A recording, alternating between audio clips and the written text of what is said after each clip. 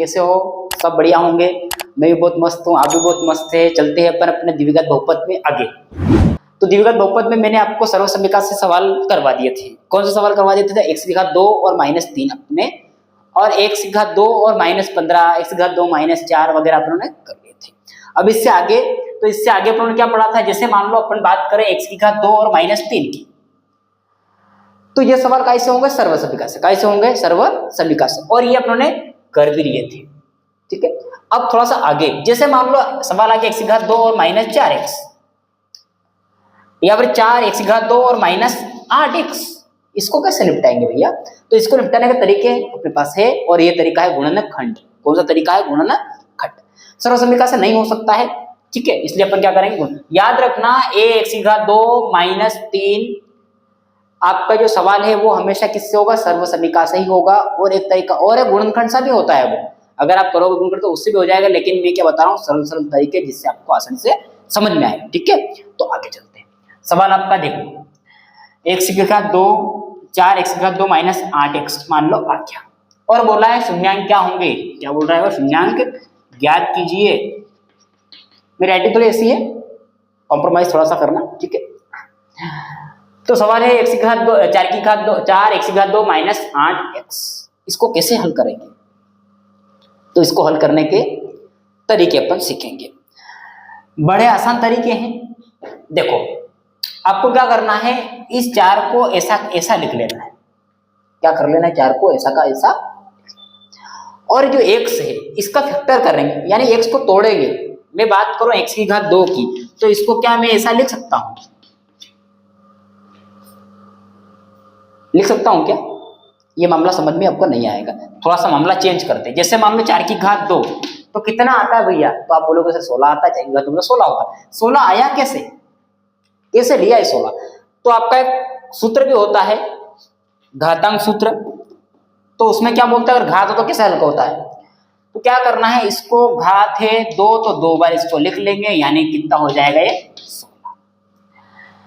ऐसा कैसा? यहाँ पर क्या आ गया? x की जगह क्या आ गया अपना? 4, यानी कि 4 की जगह क्या है? x, तो घात 2 है इसलिए कितनी बार? 2 बार। मान लो x की घात 3 आता तो कितनी बार लिख सकते थे? 1 बार प्लस x 2 बार और ये 3 बार, यानी कि जितनी घात होती है उतनी बार उसको गुणे में लिखते हैं, ठीक है। तो आपको ये मामला समझ में आ गया होगा। x की घात 2 मतलब कितना लिख सकते हैं इसको? x गुणित x अपन इसको लिख सकते हैं।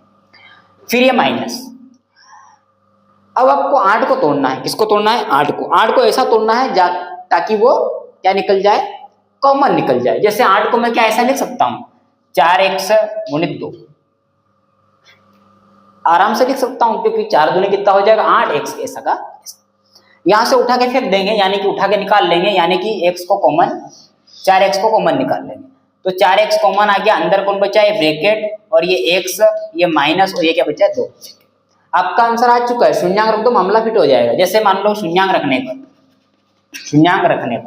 मैंने बताया शून्यांक रखने मतलब क्या था? शून्यांक रखने मतलब था बराबर लिखना, ऐसा कैसा लिखना? बराबर में 0 रखना है, यानी कि इसको ऐसा ऐसा लिख लो पर बराबर में 0, फिर इसको x -2 पर बराबर में 0, यानी कि x की वैल्यू निकाल ली। x ऐसा कैसा? बराबर ये 0, और 4 कहाँ जाएगा? तो आपको पता है गुणे में कहाँ जाता है? बट्टे में, यानी x की घात 2 बराबर कितना हो जाएगा? 0।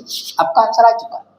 अब इसको चेंज करेंगे, यानी कि उधर ले जाएंगे तो कहाँ जाएगा भाई? आपको बताया था 0 कहाँ गया? मैंने बोला मैं खा गया हूँ, मैं खाया नहीं हूँ, मैं नहीं लिखता हूँ, क्योंकि 0 का कोई वापस घटाएंगे जोड़ेंगे तो आंसर वही आना है, इसलिए अपन नहीं लिखते हैं। तो क्या हो जाएगा? ये का हो जाएगा प्लस का 2, ये आपका आंसर, यानी कि शून्यांक क्या निकले? x बराबर कितना आ गया? 0, और x बराबर कितना आ गया? 2। आपका आंसर आ गया। बहुत सरल सवाल है, आपको समझ में आ रहा होगा, ठीक है। एक बार वो समझ लेते हैं क्या करना है भाई। तो 4 को ऐसा कैसा? इसको लिखेंगे x गुणित x, क्योंकि घात 2 इसलिए 2 बार इसको लिख सकते हैं। माइनस 4 को क्या लिखोगे? याद रखने का तरीका क्या है? जैसे मान लो यहाँ पर जितना उतना आपको लिखना पड़ेगा, कॉमन निकालना, इसलिए एक तरीका बता रहा हूँ। ये 4x तो ये 4x, और बीच में गुणा। अब किसका गुणा करूँ? 8 बन जाए, तो 2 का गुणा करेंगे 4 में तो 8 बन जाएगा। फिर इसमें से कॉमन क्या निकल रहा है? 4x कॉमन निकल रहा है, 4x कॉमन निकल लिया, अंदर बचा x, ये माइनस, ये बचा 2। शून्यांक रखने पर, क्योंकि आंसर आ गया आपका, तो शून्यांक रख लेते हैं। तो शून्यांक रखने का मतलब क्या था? मैंने बताया था ऐसा कैसा लिखने? बराबर में 0 रखना, रख लेते हैं 0। x 4x बराबर 0, कॉमा, वापस ऐसा कैसा? किसी के दिमाग में फिर x माइनस 0 बराबर में 0, यानी कि x ऐसा कैसा बराबर 0 बेसा कैसा, ये 4 कहाँ जाएंगे तो उल्टा पुल्टे होके बटे में जाएंगे, क्योंकि गुणे में हो तो कहाँ जाता है बटे में, ये आपको पता है। ठीक है, x बराबर ये 0 आ गया आपका, क्योंकि आप बोलो सर 0 नहीं 4 कहाँ गया, आपने खाली 0/4 मतलब कितना होता है 0 होता है। किसी दिन अपन चर्चा करेंगे इस पे अब 0 क्यों आता है इसलिए, ठीक है। फिर x बराबर 0 मैंने बताया था आपको, नहीं लिखते हैं, लिखना आप लिख लो भले, 0 उधर जाएगा, चिन्ह चेंज होता है, प्लस हो जाएगा, जुड़ेगा कितना आ जाएगा 2, ये आपका आंसर समझ में आ गया होगा आपको। ठीक है, तो ये आपके सवाल है। इसमें क्या दिया था आपको, a दिया था और b दिया था, यानी कि अपन उस मानक रूप की बात करो तो a x2 और c तो अपन ने कर लिया था पहले, अब आया है a x2 और प्लस bx आया या माइनस bx आया, इसलिए अपन इसको ऐसा करें। ठीक है, तो आता है a x2 plus 4x plus 6 के शून्यांक ज्ञात कीजिए का योगफल व गुणनफल ज्ञात कीजिए। बड़ा सरल काम है, आपको समझ में आ जाएगा। देखो आपको क्या निकालना है ये समझ में नहीं आ रहा होगा आपको, एक बार समझ 2x2 प्लस 4x प्लस 6, ठीक है। शून्यांकों का योगफल और गुणनफल निकालना है। मैंने बताया था शून्यांकों का योगफल और गुणनफल का सूत्र क्या है सबसे पहले वीडियो में, जिसमें अपन पढ़ा था द्विघात बहुपद क्या होता है, द्विघात बहुपद कैसे बनाते हैं, ये सारी चीजें अपने समझी थी। अब अपन चलते हैं द्विघात बहुपद का योगफल और गुणनफल कैसे निकालते हैं, या शून्यांकों का योगफल और गुणनफल कैसे निकालते हैं। तो सबसे पहला काम क्या करना पड़ेगा, क्या बोल रहा हूं मैं, सबसे पहला काम क्या करना पड़ेगा, सबसे पहला काम करना है आपको द्विघात बहुपद से तुलना। क्या करना है, द्विघात बहुपद से तुलना। सर बोलो सर द्विघात बहुपद तुलना क्यों कर रहे हो, क्या जरूरत पड़ गई द्विघात, इसलिए कर रहे हैं क्योंकि शून्यांकों का योगफल और गुणनफल का मतलब होता है, शून्यांकों का योगफल का सूत्र होता है अल्फा गुणित बीटा। क्या होता है, अल्फा गुणित beta, sorry alpha plus beta योगफल का माइनस b/a, ये मैंने बनाना बताया भी था आपको। और गुणनफल का होता है अल्फा गुणित बीटा बराबर c/a। तो तुलना क्यों कर रहे हैं, तुलना इसलिए कर रहे हैं क्योंकि आपको a भी चाहिए, b भी चाहिए, c भी चाहिए। क्या क्या चाहिए, a चाहिए, b चाहिए और c चाहिए। ये कहां से लाओगे, ये लाने के लिए आपको तुलना करनी पड़ेगी। और तुलना किससे करनी पड़ेगी सर, तो किससे करनी पड़ेगी, आप यहां पर मान लो करेंगे, उसका नाम है द्विघात बहुपद। तो किससे तुलना, सबसे पहला काम रहेगा द्विघात बहुपद से तुलना करने पर। यह तुलना है, लुलना नहीं है। कभी किसी को सर लुलना लिखा हुआ है, लुलना नहीं है वो, क्या है वो, द्विघात बहुपद से तुलना करने पर। ठीक है, अब द्विघात बहुपद कैसा दिखता है भैया, तो द्विघात बहुपद ऐसा दिखता है ax2 plus bx plus c।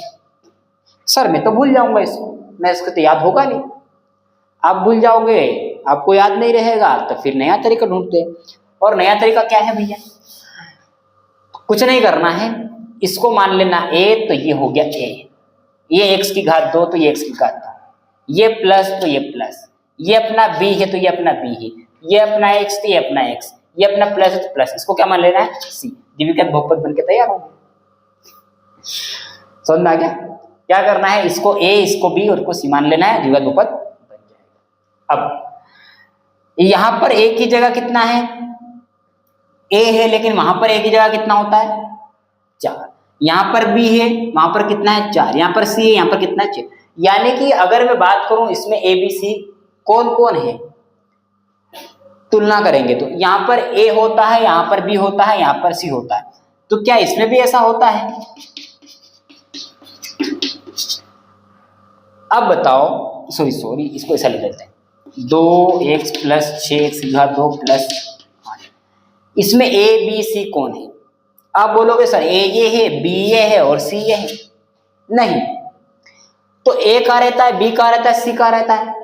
तो आपको बताना है सर a कहाँ रहता है, b कहाँ रहता है, c कहाँ रहता है, a कहाँ रहता है, b कहाँ रहता है और c कहाँ रहता है। देखो याद रखना, ax2 के पास में a रहता है, b अपना x के पास रहता है, c तो राजा है, वो अकेला रहता है, किसी के पास नहीं रहता है।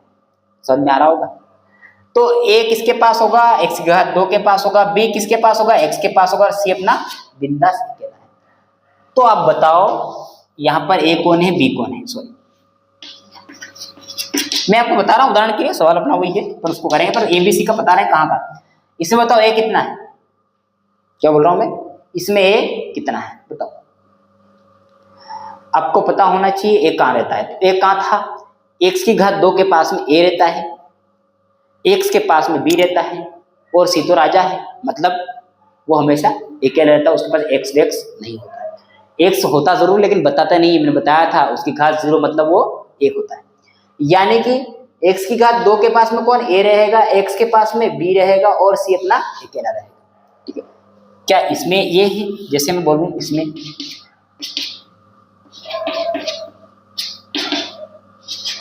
इसको 5, a का मान कितना है, तो आप बोलोगे सर a का मान तो ये है, नहीं, क्यों, क्योंकि a का मान कहाँ होता है, x की घात 2 के पास में, यानी कि अपना a ये है, b कौन सा है, तो b आपका x के पास में, c कौन सा है, अकेला। आपको तुलना करना समझ में आ गया, इतनी माथापौड़ी नहीं करनी है, इतना सवाल आता भी नहीं इतना कठिन, लेकिन मैं बता देता हूँ। चलो अब बात करेंगे अपन a की, तो a कितना है, b कितना है, यहाँ पर a कितना है, तो x की घात 2 के पास में कितना है, 2, b कौन है, x के पास में 4, c अपना अकेला। यानी कि बात करें a की, यहाँ पर a है तो वहां पर a की जगह कितना है, 2, यहाँ पर b है तो वहां पर b की जगह कितना है, 4 है, यहाँ पर c है तो c की जगह कितना है। बोलो सर चिन्ह कहाँ गए, क्या आप खा गए, नहीं, फिर कहाँ गए, प्लस को अपन नहीं लिखते हैं इसलिए मैंने नहीं लिखे। ठीक है, a b c अपनों ने निकाल लिया, अब काहे की जरूरत है, आपको फॉर्मूले की जरूरत है। क्या निकालना है, लिख लेंगे, तो निकालना हमको शून्यांकों का योगफल। क्या निकालना है, शून्यांकों का योगफल। क्या होता है, अल्फा प्लस बीटा और बराबर माइनस बी बटे ए, सूत्र है आपका, आपको समझ में आ रहा होगा। बराबर तो बराबर, माइनस तो माइनस। बी का मान कितना दे रखा है, ढूंढ लो भैया, बी कितना, उधर नहीं जाना, अभी इन तीनों में देखना है। बी कितना है, 6, ये बटे वाला। ए कितना है, अरे सॉरी 6 कहां से, 4 है ना, 4। बी कितना, ए कितना है, 2। निपट जाएगा क्या ये, क्यों निपटेगा क्या, जरूर निपटेगा। किससे, 2 से। कैसे, क्या 2 के पाढ़े में 2 आता है, हाँ आता है, कितनी बार में, एक बार में। क्या 2 के पाढ़े में 4 आता है, आता है, कितनी बार में, 2 बार। यानी कि आंसर क्या है, माइनस का 2। शून्यांकों का योगफल क्या हो गया, माइनस का 2। पहली दूसरी चीज क्या निकालो, शून्यांकों का गुणनफल। क्या निकालोगे, शून्यांकों का गुणनफल। अल्फा गुणित बीटा बराबर माइनस, अरे सॉरी माइनस नहीं आएगा, सी बटे बराबर। सी का मान कितना दे रखा भैया, सी का मान मेरे को दे रखा है 6, तो ये 6 लिख लिया। ए का मान कितना दे रखा है, ए का मान मेरे को दे रखा 2, तो ये 2 लिख लिया। निपट जाएगा भैया, ये 2 के पाढ़े 2 तो एक बार में, और 6 कितनी बार में, 3 बार। यानी आंसर क्या आ गया, 3। आपको पता चल गया होगा शून्यांकों का योगफल कितना है, गुणनफल कितना है। योगफल कितना है, माइनस का 2, गुणनफल कितना है, 3। ये आपका आंसर है। बहुत सरल सवाल है। एक सवाल और लेते हैं, जैसे x का 2 -4 -5। ठीक है, अब सवाल ये आ गया, आपको काम वही करना। सबसे पहले क्या करना, तुलना करना। किससे, पिताजी से। पिताजी नहीं रहे, द्विघात बहुपद से, द्विघात बहुपद से। द्विघात बहुपद कौन है, तो आप लोग पता है द्विघात बहुपद क्या होता है। ये a x की घात 2, याद रखना प्लस ही लगाना है। ये b x प्लस ये अपना c। ठीक है, a कितना है, 2 है, b कितना है, 4 है, लेकिन नहीं 4 नहीं है, क्यों, क्योंकि चिन्ह भी आपको साथ में लेना पड़ेगा, और चिन्ह कौन है यहाँ पे, माइनस। तो पहले क्यों नहीं लिया भैया, पहले लिया था पर अपन लिखते नहीं है उसको, -5। क्या बोल रहा हूं मैं, पहले अपनों ने चिन्ह लिया था लेकिन अपन माइनस को प्लस को लिखते नहीं है, इसलिए अपनों ने उसको नहीं लिखा था। सर इसका चिन्ह क्यों नहीं लिखा, फिर भैया इसका चिन्ह अपनों ने नहीं लिखा है क्योंकि प्लस है, पर प्लस अपन मानते लिखते नहीं। ठीक है, काम वही करना है, योगफल। तो किसका योगफल, शून्यांकों का योगफल। तो क्या, अल्फा प्लस बीटा बराबर माइनस बी बटे ए, सूत्र है आपका। माइनस ऐसा कैसा, बी का मान कितना दे रखा भैया, 4, तो ये 4 पर माइनस में, इसलिए ब्रैकेट में शुरू दिन बताया था मैंने, माइनस की चीजें क्या होती है, ब्रैकेट में लिखाती है। और एक का मान कितना है, 2, माइनस माइनस क्या हो जाएगा, प्लस, और 4 ऐसा कैसा बटे 4, कट के कितना आ जाएगा, 2। अरे सॉरी, कितना आ जाएगा। अगला क्या आएगा आपको, शून्यांकों का गुणनफल।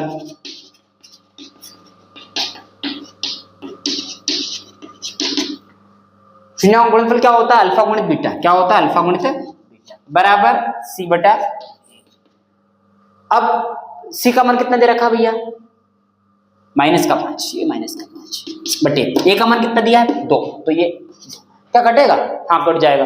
पिताजी के यहाँ से कट जाएगा, ये कटेगा। क्यों? क्योंकि 2 के पाड़ में ना तो 5 आते हैं, नहीं 5 के पाड़ में ना तो 2 आते हैं, नहीं 5 तो आते हैं, लेकिन दोनों संख्या आने चाहिए तब जाके कटता है, ये आपको पता है। ये आपका सवाल है, याद रखना।